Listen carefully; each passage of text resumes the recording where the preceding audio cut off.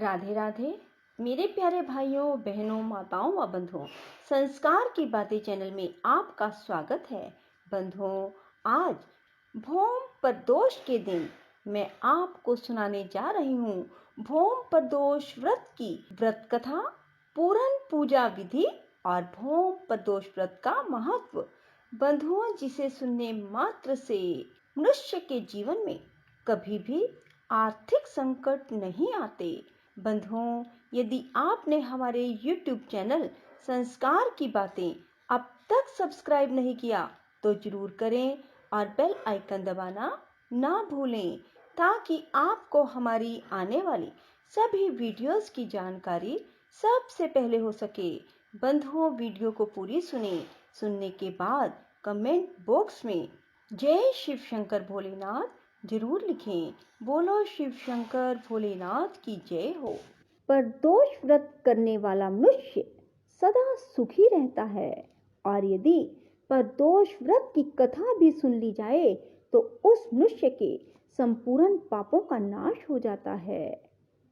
सुहागिन स्त्रियों का सुहाग अटल रहता है, बंदी कारागार से छूट जाता है, और जो जिस कामना को लेकर प्रदोष व्रत करते हैं या प्रदोष व्रत की कथा को सुनते हैं, उनकी सभी कामनाएं भगवान शंकर पूरी करते हैं। बंधुओं, जो मनुष्य भी त्रयोदशी व्रत की कथा सुनते हैं, अर्थात प्रदोष व्रत की कथा भी सुनते हैं, तो उन्हें 100 गौ के दान के बराबर फल की प्राप्ति होती है। बंधुओं, जो मनुष्य तन मन धन से त्रयोदशी व्रत को विधि विधान से करते हैं, उनके सभी दुख दूर हो जाते हैं।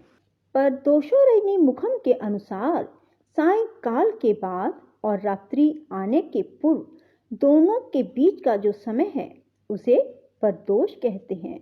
व्रत करने वाले को उसी समय भगवान शंकर का पूजन करना चाहिए। प्रदोष व्रत करने वाले को त्रयोदशी के दिन भर भोजन नहीं करना चाहिए। शाम के समय जब सूर्यास्त में 3 घड़ी का समय शेष रह जाए, तब स्नान आदि कर्मों से निवृत्त होकर श्वेत वस्त्र धारण करके इसके बाद संध्या वंदन करने के बाद शिव जी का पूजन करें। पूजा के स्थान को स्वच्छ जल से धोकर मंडप बनाए।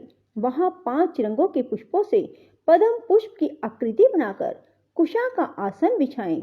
आसन पर पूर्व अभिमुख होकर बैठें। इसके बाद भगवान शंकर का ध्यान करें।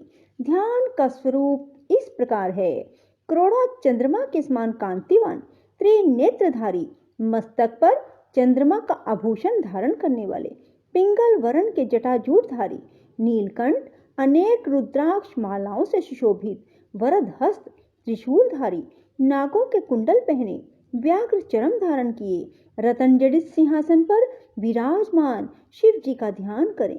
बंधुओं, व्रत के उद्यापन की विधि बता रही हूँ। प्रातः स्नान आदि कार्य से निवृत्त होकर रंगीन वस्त्रों से मंडप बनाएं। फिर उस मंडप में शिव पार्वती की प्रतिमा स्थापित करके विधिवत पूजन करें। इसके बाद शिव पार्वती के उद्देश्य से खीर से अग्नि में हवन करें। हवन करते समय ओम उमा सहित शिवाय नमः मंत्र से 108 बार आहुति दें। इस प्रकार ओम नमः शिवाय के उच्चारण के शंकर जी के निमित्त आहुति प्रदान करें। हवन के अंत में किसी धार्मिक व्यक्ति को सामर्थ्य के अनुसार दान दें। ऐसा करने के बाद ब्राह्मण को भोजन दक्षिणा से संतुष्ट करें। व्रत पूर्ण हो ऐसा वाक्य ब्राह्मणों द्वारा कहलवाना चाहिए। ब्राह्मणों की आज्ञा पाकर अपने बंधु बांधवों को साथ में लेकर मन में भगवान शंकर का स्मरण करते हुए व्रती को भोजन करना चाहिए। इस प्रकार उद्यापन करने से व्रती पुत्र पौत्र आदि से युक्त होता है तथा आरोग्य लाभ करता है। इसके अतिरिक्त वह अपने शत्रुओं पर विजय प्राप्त करता है एवं संपूर्ण पापों से मुक्त हो जाता है। बंधुओं, ऐसा स्कंद पुराण में कहा गया है। अब मैं आपको प्रदोष व्रत का महत्व बता रही हूँ। बंधुओं, त्रयोदशी अर्थात प्रदोष का व्रत करने वाला मनुष्य सदा सुखी रहता है। उसके संपूर्ण पापों का नाश इस व्रत से हो जाता है। इस व्रत के करने से विधवा स्त्रियों को अधर्म से ग्लानि होती है। सुहागी नारियों का सुहाग अटल रहता है। बंदी कारागार से छूट जाता है। जो स्त्री पुरुष जिस कामना को लेकर व्रत करते हैं उनकी सभी मनोकामनाएं पूरी होती हैं। त्रयोदशी का व्रत करने वाले को 100 गौ दान का फल प्राप्त होता है। इस व्रत को जो विधि विधान और तन मन धन से करता है उसके सभी दुख दूर हो जाते हैं। बोलो शिव शंकर भोलेनाथ की जय हो। मंगल प्रदोष व्रत। सूत जी बोले, अब मैं मंगल त्रयोदशी दोष व्रत का विधि विधान कहता हूँ। मंगलवार का दिन व्याधियों का नाशक है। इस व्रत में एक समय व्रती को गेहूं और गुड़ का भोजन करना चाहिए। देव प्रतिमा पर लाल रंग का फूल चढ़ाएं। स्वयं लाल वस्त्र धारण करें। इस व्रत के करने से मनुष्य सभी पापों व रोगों से मुक्त हो जाता है। इसमें किसी प्रकार का संशय नहीं है। अब मैं आपको उस बुढ़िया की कथा सुनाती हूँ जिसने यह व्रत किया और मोक्ष को प्राप्त हुई। प्राचीन काल की बात है। एक नगर में एक बुढ़िया रहती थी। उसके मंगलिया नाम का एक पुत्र था। वृद्धा की हनुमान जी पर बड़ी श्रद्धा थी। वह प्रत्येक मंगलवार को हनुमान जी का व्रत रखकर यथाविधि उनको भोग लगाती। इसके अलावा मंगलवार को ना तो घर लीपती ना ही मिट्टी खोदती। इसी प्रकार से व्रत रखते हुए जब उसे काफी दिन बीत गए तो हनुमान जी ने सोचा, चलो आज इस वृद्धा की श्रद्धा की परीक्षा करें। वे साधु का वेश बनाकर उसके द्वार पर जा पहुंचे और पुकारा, है कोई हनुमान का भगत जो हमारी इच्छा पूरी करे। वृद्धा ने यह पुकार सुनी तो बाहर आई और पूछा, महाराज क्या आज्ञा है। साधु वेशधारी हनुमान जी बोले, मैं बहुत भूखा हूँ, भोजन करूंगा, तू थोड़ी सी जमीन लीप दे। वृद्धा बड़ी दुविधा में पड़ गई। अंत में हाथ जोड़कर प्रार्थना की, हे महाराज, लीपने और मिट्टी खोदने के अतिरिक्त जो भी काम कहेंगे मैं करने को तैयार हूँ।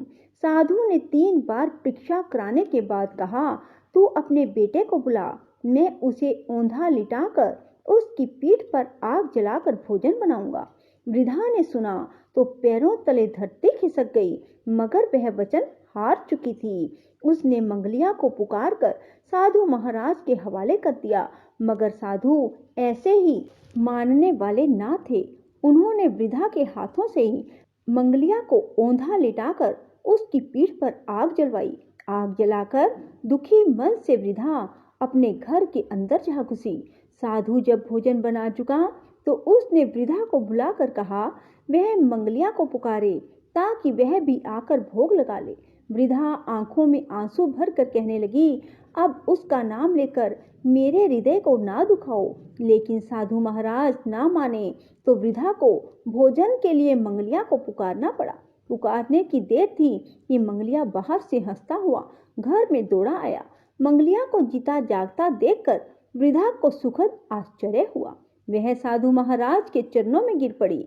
साधु महाराज ने उसे अपने असली रूप के दर्शन दिए। हनुमान जी को अपने आंगन में देखकर वृद्धा को लगा कि जीवन सफल हो गया। बोलो शिव शंकर भोलेनाथ की जय। श्री हनुमान जी की जय। राधे राधे। जय श्री कृष्णा। बंधुओं, यदि आपको हमारी वीडियो पसंद आए तो इसे लाइक करें और शेयर भी जरूर करें। धन्यवाद।